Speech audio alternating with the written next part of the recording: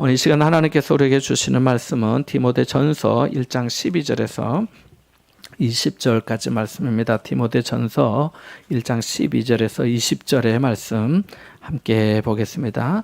신약성경 337쪽의 말씀입니다. 같이 봅니다.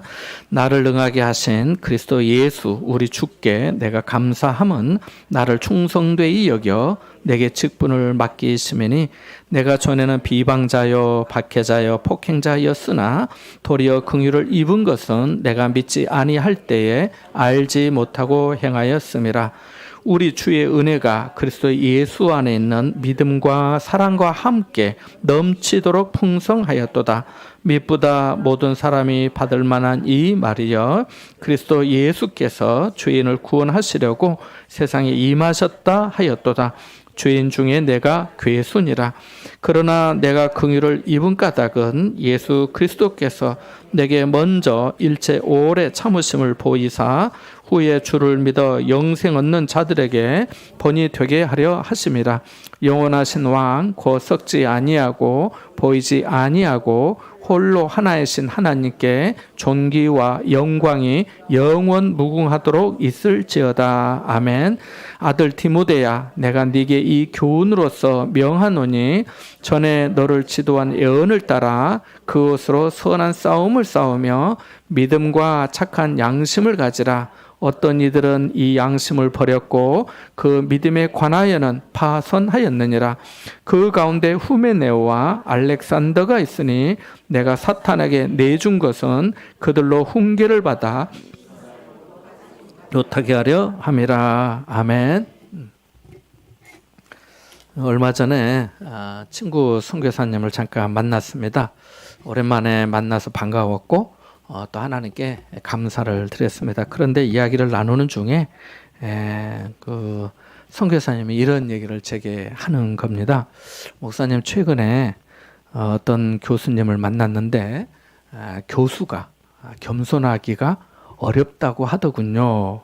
뭘 잘 모르는 사람이 자신이 더 잘 아는 것처럼 주장할 때 더욱더 그렇다고 하였습니다. 라고 저한테 말씀을 하시는 겁니다. 들으면서 그럴 수도 있겠구나 싶었습니다. 여러분, 사람이 얼마나 겸손할 수 있을까요? 얼마나 겸손한 말과 태도를 보일 수 있을까요? 여러분은 언제 겸손해지십니까? 내가 아는 것이 없고 가진 것이 없고 할 줄 아는 게 없어서 겸손해지는 것 말고요. 제가 만일 음식이나 반찬 하나도 만들 줄 모르면서 음식을 준비하는 아내 옆에 서서 이렇게 해라 저렇게 해라 하면 어떻게 될까요? 그날은 부부싸움이 나죠. 못 얻어먹지요. 맞습니다. 벼농사나 고추농사의 지식과 경험이 전혀 없는 사람이 농부에게 가서 이렇게 해야 됩니다 저렇게 해야 됩니다 라고 하면 그것도 마찬가지겠죠. 아마 옆에 있지 못하게 할 겁니다. 저리 가라고, 모르면 입이라도 닫고 있으라고 하는 말을 듣기 십상일 겁니다. 성경은 우리에게 하나님을 알게 해줍니다. 뿐만 아니라 우리 자신이 어떤 사람인지 어떤 존재인지를 생생하게 알게 해줍니다. 인간의 민낯을 완전히 보여줍니다. 그래서 성경을 진심으로 가까이 대하면 하나님을 알게 되고 또 예수님을 믿게 되고 성령의 도우심을 의지하게 됩니다. 이런 과정을 통해서 예수 그리스도를 나의 주님이라고 고백하게 됩니다. 지금도 그렇고 지금까지 얼마나 많은 사람이 성경을 통해 구원받고 영생의 소망 가운데 살았는지 그 이야기를 하자면 끝이 없을 겁니다. 어느 날 아침 어부 베드로와 동료들이 배에서 나와서 지난밤 사용했던 그물을 다 씻고 있었습니다. 밤새도록 일을 했지만 그들은 빈손이었습니다. 이제 씻고 집에 들어가 밥 먹고 쉬려던 참이었습니다. 이런 일이 그날만 그랬는지 아니면 며칠째 계속되었는지 알 수 없습니다. 그날 아침만 빈손이었다면 그 마음이 덜 피곤하겠지만 만일 며칠째 반복되고 있다면 아마도 적지 않은 낙심이 밀려왔을 겁니다. 그렇게 그물을 씻고 있는데 예수님이 찾아오셨습니다. 그리고 예수님이 베드로의 배에 오르셔서 배를 육지에서 조금 떼기를 청하셨습니다. 이것은 밤새도록 일한 사람 입장에서 볼 때 유쾌한 일이 전혀 아니지요. 가게 문 닫을 시간에 찾아와서 다시 문을 열라는 것과 같으니까요. 그럼에도 불구하고 베드로는 예수님의 청을 들어주었습니다. 예수님은 못해 있는 사람들에게 말씀을 하신 후에 다시 베드로에게 깊은 데로 가서 그물을 내리라고 하셨습니다. 이에 베드로가 어떻게 대답했는지 아세요? 이렇게 대답했습니다. 선생님, 우리들이 밤이 새도록 수고하였으되 잡은 것이 없지만 말씀에 의지하여 내가 그물을 내리겠습니다 라고 말입니다. 성경을 보면 베드로는 예수님을 선생님 정도로 존중했던 것으로 보입니다. 아시다시피 그는 갈릴리 바다에서 잔뼈가 굵은 어부였습니다. 어부가 천직이었고 배를 소유한 주인이었고 동료들과 오랫동안 바다에서 손을 맞춰온 전문가였습니다. 밤이 새도록 수고했다는 말에는 그물을 내릴 만한 것은 모두 다 해보았다는 말 아니겠습니까? 그럼에도 불구하고 그는 예수님에게 말씀에 의지하여 내가 그물을 내리겠다라고 하였습니다. 겸손한 모습 아닙니까? 베드로는 씻던 그물을 정리하여서 깊은 데로 가서 그물을 내렸습니다. 그랬더니 어떻게 이게 웬일입니까? 그물이 찢어질 정도로 고기가 많이 잡혔습니다. 다른 배까지 불렀습니다. 성경은 2배의 채움에 잠기게 되었다라고 말씀합니다. 요즘 말로 하면 대박이 났습니다. 아마 제가 이런 일을 겪었다면 예수님께 크게 살해를 하면서 예수님 선생님 하면서 앞으로 계속 제 일 좀 도와달라고 부탁을 드렸을 것 같습니다. 그런데 베드로는 그렇지 않았어요. 그는 이 체험을 하면서 예수님의 무릎 앞에 엎드려 가지고 주님, 주여 나를 떠나소서 나는 죄인으로소이다 라고 했습니다. 그는 눈앞에 펄떡거리는 어마무시한 물고기를 주목한 것이 아니라 자신에게 깊은 데로 가서 그물을 내리라고 말씀하신 주님을 주목한 것입니다. 그분을 더 이상 선생님으로 부를 수 없었기 때문에 주여라고 말씀하면서 말입니다. 그분 앞에 자신이 벌거벗은 것처럼 느껴지고 자신이 죄덩어리인 죄인인 줄 알았기 때문입니다. 그래서 주여 나를 떠나소서 내가 죄인입니다 라고 한 것입니다. 이 고백은 베드로의 고백만으로 그치지 않았습니다. 예수님께서 그에게 이제 후로는 네가 사람을 취하리라. 내가 너를 사람을 낚는 어부가 되게 하리라 라고 말씀해 주셨기 때문입니다.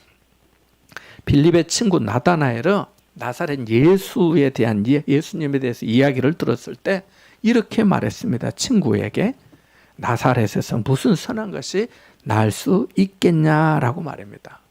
나다나엘은 빌립이 우리가 성경에 기록된 메시아를 만났어 라고 말했지만 빈정대는 투로 그런 빈민촌에서 메시아가 어떻게 날 수 있겠냐, 그런 곳에서는 대단한 사람이 전혀 나올 수가 없어 라고 한 거지요. 이렇게 말한 것으로 보아 나다나엘은 이미 자기 나름의 어떤 메시아상을 가지고 있었거나 다른 사람의 말을 존중히 여기지 못하는 어느 정도의 어떤 자만이 있었던 것으로 보입니다. 진심 어린 친구의 말을 단칼에 나사렛에서 무슨 선한 것이 날 수 있겠냐라고 정리했으니 말입니다. 그런데 그런 그가 막상 예수님을 만나고 난 후에는 180도 달라집니다. 그가 라비어 당신은 하나님의 아들이시요 당신은 이스라엘의 임금이로소이다 라고 말하거든요. 그는 예수님께서 빌립을 부르기 전에 자기 자신을 보셨고 자기에게 예수님이 간사한 것이 없다고 말씀을 해 주시니까 완전히 변화되고 맙니다. 자기의 인격까지 이미 모든 것을 알고 계신 주님을 만났기 때문입니다. 다른 사람들의 눈을 피해 밤에 찾아온 바리새인 니고데모도 그렇습니다. 그는 사람들의 이목을 두려워하는 사람이었습니다. 사람들의 이목에 신경 쓰는 사람이었어요. 우리들 중에도 그런 사람들이 있잖아요. 주변에도 그런 사람들이 있잖아요. 남이 나를 어떻게 볼까 하는 거 말입니다. 남이 나를 이상하게 보면 어떡하지 하는 거 말입니다. 예수님에게 관심은 있었지만 그것을 남들에게까지 보이고 싶지는 않았습니다. 그는 예수님에게 거듭남에 대해 묻고 예수님은 니고데모에게 사람이 물과 성령으로 거듭나야 된다고 하셨습니다. 그리고 그에게 모세가 광야에서 뱀을 든 것 같이 인자도 그렇게 될 것이고 하나님께서 세상을 이처럼 사랑하사 독생자를 주셨으니 이는 그를 믿는 자마다 멸망하지 않고 영생을 얻게 하려 하심이라고 말씀해 주셨습니다. 이 이야기가 요한복음 3장에 나옵니다. 하지만 그가 그날 밤 니고데모가 예수님을 찾아왔던 그 밤에 예수님과 만나서 대화를 나누면서 그 니고데모가 어떤 결심을 했다거나 어떤 변화가 있었다고 하는 것에 대해서는 요한복음 3장에 아무 말이 없습니다. 찾아와서 묻고 예수님이 하신 말씀을 그냥 그렇게 끝나요. 근데 그 대답은 한참 뒤에 나옵니다. 유대인들이 예수님을 체포하려고 의논할 때 니고데모가 나서서 요한복음 7장 51절에 보면 그렇게 말하거든요. 우리 율법은 사람의 말을 듣고 그 행한 것을 알기 전에 심판하느냐라고 하면서 말을 하면서 예수님 체포에 대해서 반대 의사를 분명히 표명하거든요. 그는 이미 예수님을 감싸는 사람이 되었습니다. 확정적으로 그는 예수님이 십자가에서 죽으셨을 때 그 장례 풍습에 따라서 엄청난 양의 그 모략과 침향을 가져왔는데 성경에 보면은 약 100리트라라고 합니다. 우리로 하면은 한 33kg 정도 돼요. 적은 양이 아니래요. 이거는 엄청난 많은 양이라고 그 풍습의 고고 성서 고고학자들이 말하고 있습니다. 33kg를 가지고 온 거예요. 가지고 와서 아리마대 사람 요셉과 함께 그 예수님의 시신을 수습합니다. 예수님에 대한 그 니고데모의 의문은 찾아가는 발걸음으로 이어지고 또 그의 관심은 예수님을 이제 보호하는 것으로 바뀌었고 나중에는 다른 사람의 이목을 의식하는 것보다 자신을 사랑하시는 주님의 마음에 들고 싶은 사람으로 바뀌었습니다. 저는 니고데모의 점진적이고 확실한 변화가 개인적으로 마음에 듭니다. 너무 멋져요. 처음에는 의심과 관심으로 예수님을 찾아왔지만은 나중에는 확신과 헌신으로 변화된 모습이 멋져요. 여러분도 이렇게 될 수 있기를 바랍니다. 색소폰 연주와 작곡을 통해서 문화 선교사로 활동하고 있는 색소포니스트 박광식 씨가 있습니다. 이 박광식 씨는 처음에 안티 크리스찬이었습니다. 그의 말에 따르면 세상이 이렇게 첨단 시대가 되었는데 무슨 신이 있느냐? 기독교도 다 무속신앙과 같다. 다른 것은 고상한치 않은 것뿐이다 라고 하면서 교회를 반대했던 사람이었습니다. 그런데 어느 날 셋째 누나가 교회를 같이 가자고 하는 말에 따라가게 되었습니다. 억지로. 가장 뒷자리에 앉아가지고 예배를 드리는데 그 말이 그래요. 그 사람 말이 갑자기 자기 마음에 여기 뭔가 있구나. 하나님이 정말 계신가? 하는 게 느껴지더랍니다. 그날 그런 이상한 마음이 들었지만 이 머리로는 이해가 되지 않았기 때문에 도서관에 가서 기독교 신앙서적을 잔뜩 빌려와 읽기 시작했답니다. 그렇게 책을 읽는 중에 야, 성경이 사실이구나. 예수님이 하나님의 아들이시고 내가 하나님 앞에 죄인이구나. 예수님이 나의 죄를 위해 십자가에서 죽으셨다가 부활하셨구나 하면서 믿어지더라는 거예요. 마음에 울컥하고 어떤 감동이 왔는데 머리로는 이해되지 않았지만 이제 머리로까지 이해가 되듣고 믿어지더라는 거예요. 그래서 예수님을 그렇게 믿게 되고 현재는 주님을 경배하는 연주자로 문화 선교사로 활동하고 있습니다. 영화 배너를 감독한 윌리엄 와일러 감독도 그러하고요. 현재 가까운 울산대학교 법학과 교수로 있는 이정훈 교수도 그런 경우입니다. 이 사람들은 예수님의 십자가를 통한 인류의 구원과 부활에 대해 전혀 흥미가 없었습니다. 기독교 신앙과 교회에 대해 좋은 인상이나 감정이 없었습니다. 어떻게든 성경을 트집 잡으려 하고 성경이 허구임을 증명하기 위해서 많은 시간과 열정을 쏟았습니다. 교회를 전략적으로 집요하게 반대하며 사람들을 구원해서 멀어지게 하는 것이 자신의 평생의 사명인 것처럼 알고 교회를 무너뜨리고 성도들을 시험하였습니다. 그러나 살아계신 하나님께서 그들을 강권적으로 부르셨고 그들에게 역사하셔서 그들을 세우셨고 지금까지 그들을 통해 영광을 받고 계신 줄 믿습니다. 그래서 울산대학교 이정훈 교수는 이제 또 교수 정도 되니까 머리가 또 얼마나 좋겠어요. 공부 또 열심히 해가지고 지금 목사가 되었다. 목사이면서 교수인 거예요. 앞서 말씀드린 인물들은 모두 처음부터 은혜를 받을 만한 그런 가치 있는 사람들이 아니었습니다. 인생은 본래 하나님께 지음을 받았고 때가 되면 먼지와 티끌로 돌아갈 존재이기 때문에 하나님이 눈여겨 봐주지 않으시면 그렇게 주목받을 만한 존재가 못 됩니다. 나무는 100년의 수령을 자랑할 수 있지만 인생은 그 연수가 70이요 강건하면 80이라고 했기 때문입니다. 많은 사람이 100세 시대라고 합니다. 맞습니다. 사람의 수명이 50, 60 이던 때에 비하면 지금 거의 배나 늘었습니다. 그러나 100세에 병원에 있거나 정신이 온전하지 못하다면 그것은 숫자에 불과할 수 있지 않겠습니까? 우리가 주일마다 디모데전서의 말씀을 계속 배워오고 있는데요. 바울도 그랬습니다. 그도 다른 사람들처럼 처음에 비방자요, 박해자요, 폭행자였습니다. 안티크리스찬이었고 교회를 박멸하려는 에프킬라 같은 사람이었습니다. 성도들에게 두려움을 주었고 불의한 일에 앞장섰던 사람입니다. 사람을 죽이는데도 동참했습니다. 율법의 잣돌의 제자면 응당 벌을 받아야 할 사람입니다. 하지만 그는 자신이 긍휼을 입었다고 말합니다. 그래서 우리 주님께서 자신을 능하게 하셨다고 말합니다. 예수님을 통해 힘을 얻었다는 겁니다. 뿐만 아니라 자신을 충성되이 여겨주셔서 신실한 사람으로 여겨주셔서 복음을 전하는 사도의 직분까지 주셨다고 합니다. 그래서 주 예수님께 감사드린다고 합니다. 자신이 알지 못하고 행한 일에 대해 주님께서 은혜와 긍휼을 자신에게 베풀어 주셨다고 합니다. 바울은 정직하였고 겸손하였고 자신이 어떤 존재였는지 똑똑히 기억하는 사람이었습니다. 자신의 허물까지도 디모데에게 또 말을 해도 전혀 위축되지 않는 자존감을 가진 사람이었습니다. 사람이 어떻게 이렇게 할 수 있을까요? 그 이유를 14절 15절에서 발견할 수 있습니다. 함께 본문 14절 15절의 말씀을 다시 읽어볼까요? 같이 봅니다. 우리 주의 은혜가 그리스도 예수 안에 있는 믿음과 사랑과 함께 넘치도록 풍성하였도다. 믿보다 모든 사람이 받을 만한 이 말이여 그리스도 예수께서 죄인을 구원하시려고 세상에 임하셨다 하였도다.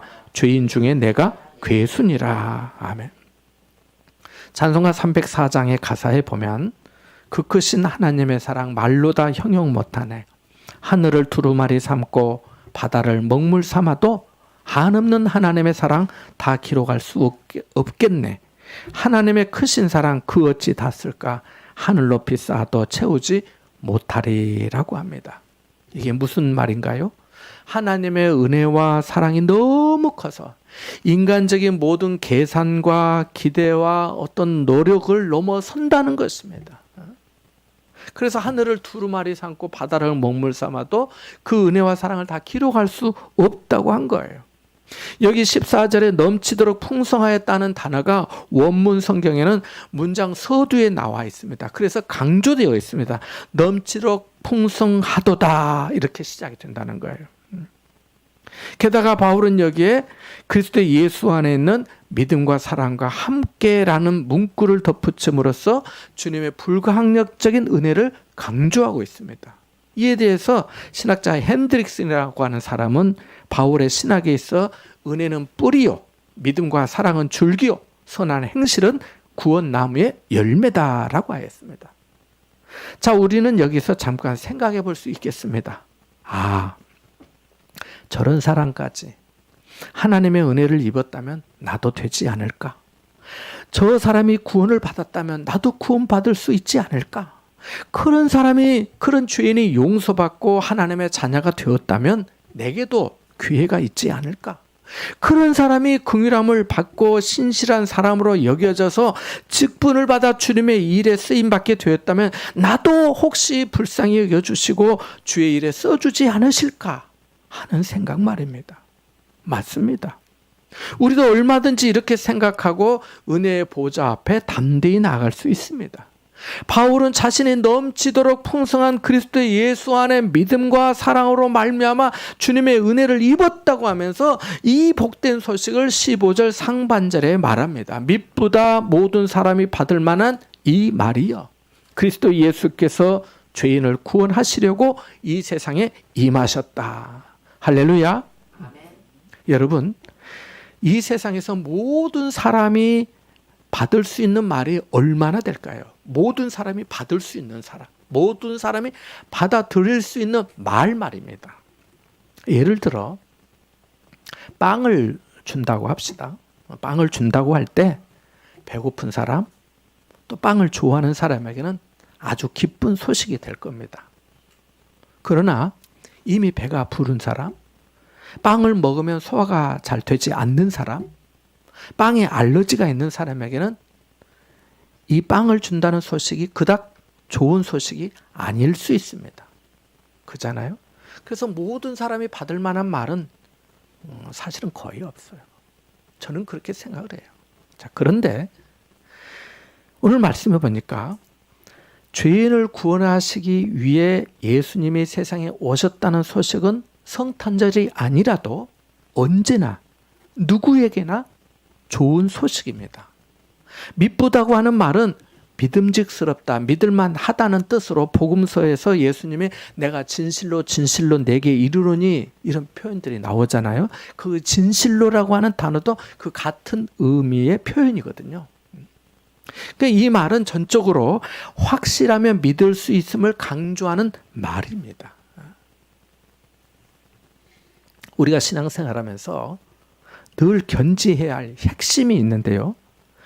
예수님께서 죄인을 구원하시기 위해 세상에 오셨다는 사실에 대한 바른 지식입니다. 예수님은 세상에 오셔서 병자를 고치시고 연약한 자를 붙들어 주시고 죽은 자를 살리시고 바람을 잠잠하게 하시고 오병이어로 5천 명 이상의 사람을 배불리 먹이셨습니다. 물이 변하여 포도주가 되게 하시고 앞을 못 보는 사람을 고쳐주기도 하셨습니다. 포기해 주셨습니다. 예수님에게 찾아온 사람 중에 어떤 사람은 먹어서 배불렀고요, 눈을 뜨게 되었고요, 놀라운 이적을 구경하였고, 자기 딸이나 아들이 귀신에게 노임을 받게 되었고, 각종 병을 치유받게 되었습니다. 모두 놀라운 은혜와 기적이었습니다. 그러나 예수님은 이 기적과 표적 자체를 위해 세상에 오신 게 아닙니다. 예수님이 세상에 오신 가장 중요한 목적은 죄인을 구원하시기 위해서인 줄 믿으시기 바랍니다. 그래서 마태복음 9장 13절에 나는 의인을 부르러 온 것이 아니요 죄인을 부르러 왔노라. 그러니까 내가 온 것은 죄인을 부르기 위해서 왔노라 라고 하는 말씀이지요. 그래서 이것을 보고 바리새인과 서기관들은 이러한 예수님을 향해서 수군거리면서 이 사람이 죄인을 영접하고 음식을 같이 먹는다고 누가복음 15장 2절에 말한 겁니다. 그래서 예수님께서는 그 누가복음 또 15장 10절에 이와 같이 죄인 한 사람이 회개하면 하나님의 사자들 앞에 기쁨이 되느니라고 말씀하셨고, 사도 바울도 로마서 5장 8절에 우리가 아직 죄인 되었을 때, 그 앞에서는 우리가 연약했을 때 이렇게 되어 있어요. 그래서 우리가 아직 죄인 되었을 때에 그리스도께서 우리를 위하여 죽으심으로 하나님께서 우리에 대한 자기의 사랑을 확증하셨느니라고 한 겁니다. 예수님이 세상에 오신 목적이 이러함에도 불구하고 언젠가부터 내가 죄인에서 구원받았다는 감사와 감격은 약화되고, 예수님을 마치 나의 빵 문제, 나의 건강 문제, 나의 자녀 문제, 나의 인생의 문제 해결사 정도로 이해하고 그런 방향으로만 치닫고 있는 것은 아닌가 생각이 됩니다. 여러분은 어떠십니까? 나를 떠나서서 나는 죄인입니다 라고 하는 그 베드로처럼 철저하고 완전하게 주님 앞에 죄인으로서 무릎을 꿇어 보셨습니까? 나다나엘이나 니고데모처럼 예수님을 하나님의 아들로 나의 죄에서 구원하신 구주로 인정하고 고백하며 여전히 높이고 계십니까? 오늘 본문에서 바울은 내가 죄인 중에 괴수다라고 말합니다. 괴수라고 하는 단어는 서열상 첫 번째 우두머리라고 하는 뜻이에요. 괴수, 서열상 첫 번째 우두머리요. 그러니까 바울은 예수님이 죄인을 구원하시려고 세상에 오셨는데 예수님이 세상에 오셔서 구원하시려는 죄인들 중에 자신의 서열상 첫 번째 우두머리라고 명확하게 강조하고 있습니다. 바울은 예수님께서 나는 생명의 떡이다, 내가 곧 길이다, 내가 진리다, 내가 생명이다, 내가 부활이다 라고 하신 것처럼 나는 죄인 중에 괴수다 라고 하는 자기 인식이 분명하였던 것입니다. 바울은 자신의 과거에 완전히 용서받은 죄인이지만은 현재에도 여전히 용서받는 죄인임을 인식하고 있었던 거예요. 내가 죄인 중에 괴수였다가 아니라 여전히 죄인 중에 내가 괴수다라고 하는 고백은 그의 인식이 깊은 겸손에 기초하고 있음을 단적으로 보여줍니다. 죄인이라는 철저한 인식이 없다면 구원에 대한 기쁨도 결코 있을 수 없기 때문입니다. 예수님은 사함받은 일이 적은 자는 적게 사랑하고 사함받은 일이 많은 자는 사랑함이 많다고 누가복음 7장 47절에 말씀하셨습니다. 전에도 말씀드렸습니다마는 우리가 주님 앞에 죄사함의 은혜를 입을 때 자기의 의나 성품이나 자격이나 봉사나 선행이나 의로움이나 지식이나 세상의 어떤 스펙이나 능력을 생각해서는 안 됩니다. 그것은 십자가의 은혜를 은혜되지 못하게 하는 이물질과 같아요. 그런 것들은 다 버리고 오직 자신의 인격만으로 하나님 앞에 솔직하게 서야 합니다. 그런 사람이 없겠지만 자기 돈은 자랑하며 돈으로 죄사함 받으려 해서도 안 됩니다. 우리는 에베소서 1장 7절에 그의 피로 말미암아 속량 곧 죄사함을 받았다는 말씀처럼 오직 예수 그리스도의 피로 죄를 사함받고 하나님과 화평하게 되었기 때문입니다. 또 우리가 죄사함의 은혜를 구하거나 입을 때 다른 사람과 비교하면 안 됩니다. 내가 주님 앞에 죄인 중에 괴수인 것이지 나는 옆 사람보다 낫습니다. 집에 같이 사는 사람보다 내가 더 낫지요. 내가 더 마음에 드시지요. 나는 저 사람보다 죄가 작지요. 라고 하면 안 된다는 거예요. 하나님은 우리 중심을 아시고 우리 생각이나 마음의 동기까지 모두 아시기 때문입니다. 우리는 철저하고 완벽한 죄인이기 때문에 하나님의 은혜와 긍휼하심이 아니고는 구원의 여망이 없는 사람이거든요. 그러니까 하나님 앞에서는 내가 세상 누구보다 큰 죄인인 줄 알아야 합니다. 감옥에 있는 사형수보다 강도보다 내가 더 큰 죄인인 줄 알아야 해요. 안 그러면 구원받은 은혜를 작은 어떤 호의나 친절 정도로 생각하거나 내가 이 정도 봉사하면은 내가 지금 빚은 다 갚았겠지 하는 그런 마음이 들 수 있거든요. 바울이 죄인 중에 내가 괴수라고 한 것은 자신이 세상 누구보다 큰 은혜와 긍휼하심을 입었다는 것을 말하고 싶었기 때문입니다. 그래서 이렇게 말한 겁니다. 같이 16절 17절 말씀을 읽어보겠습니다. 같이 봅니다. 그러나 내가 긍휼을 입은 까닭은 예수 그리스도께서 내게 먼저 일체 오래 참으심을 보이사 후에 주를 믿어 영생 얻는 자들에게 본이 되게 하려 하심이라.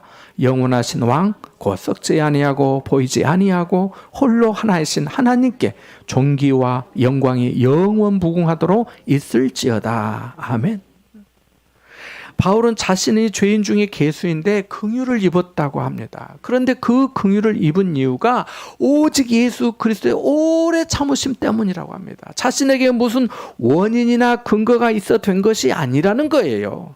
그리고 앞으로 예수를 믿고 영생 얻는 사람들의 본보기로 삼으시기 위한 것이라고 합니다. 다시 말해 바울은 죄인 중에 괴수인 자기에게 오래 참으신 주님의 긍휼하심이 다른 사람에게 동일하게 적용되고 자신이 그 긍휼과 자비를 입어서 영생 얻게 된 것처럼 다른 사람들도 그렇게 될 거라는 것입니다. 그러니까 율법으로만 사람을 재단하지 말라는 겁니다. 허탄한 논쟁으로 복음을 가리지 말라는 거예요. 이 은혜와 긍휼하심이 모든 것을 덮고 정결하게 하고 완전히 새롭게 변화시켜서 주의 일을 감당하게 하는 직분까지 허락해 주실 수 있기 때문입니다.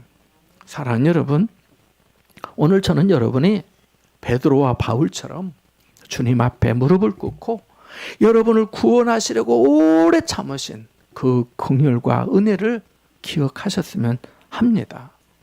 주님께서 여러분을 믿음과 사랑으로 넘치도록 풍성한 은혜를 주시고 부르신 것도 누군가에게 본을 삼기 위함인 줄 믿습니다. 영원한 왕이시고 살아계신 하나님께 존귀와 영광을 돌리는 성도의 삶이 되시기를 바랍니다. 그리스도 예수께서 죄인을 구원하시려고 이 세상에 오셨습니다.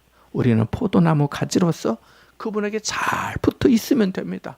믿음으로 붙어 있고 말씀을 먹으면서 그 믿음에서 나오는 사랑으로 세상을 비추고 섬기면 됩니다.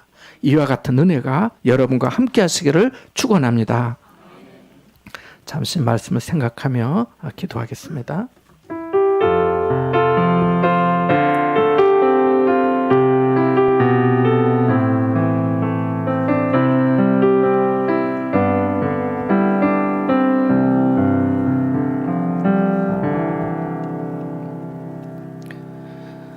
하나님 아버지, 우리에 대해 오래 참으사 죄에서 구원해 주시고 이 은혜로 오늘도 주님 앞에 있게 하심에 감사드립니다.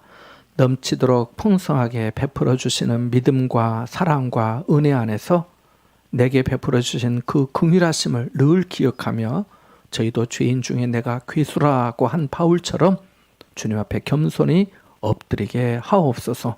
누군가에게 본이 되게 하시고 영원하신 왕이신 하나님께 존귀와 영광을 돌리는 삶이 되게 하여 주옵소서. 예수님의 이름으로 기도함나이다. 아멘.